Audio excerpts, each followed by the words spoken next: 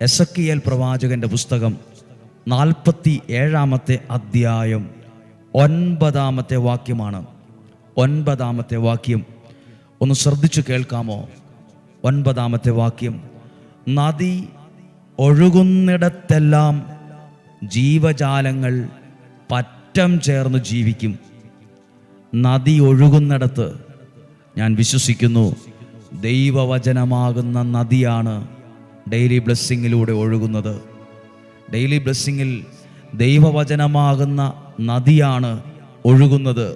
അവിടെ ജീവജാലങ്ങൾ ജീവിക്കുമെന്നല്ല, പറ്റം ചേർന്ന് കൂട്ടായ്മയിൽ, സ്നേഹത്തിൽ, ഐക്യത്തിൽ ജീവിക്കും. നദി ഒഴുകുന്നിടത്തെല്ലാം ജീവജാലങ്ങൾ ജീവിക്കുമെന്ന് പോരെ അവിടെ എന്തിനാ ഒരു വാക്ക് കൊണ്ടുപോയി വച്ചിരിക്കുന്നത്? പറ്റം ചേർന്ന്. എന്നതിൻ്റെ അർത്ഥം ഒരു മനസ്സോടെ, കൂട്ടായ്മയോടെ,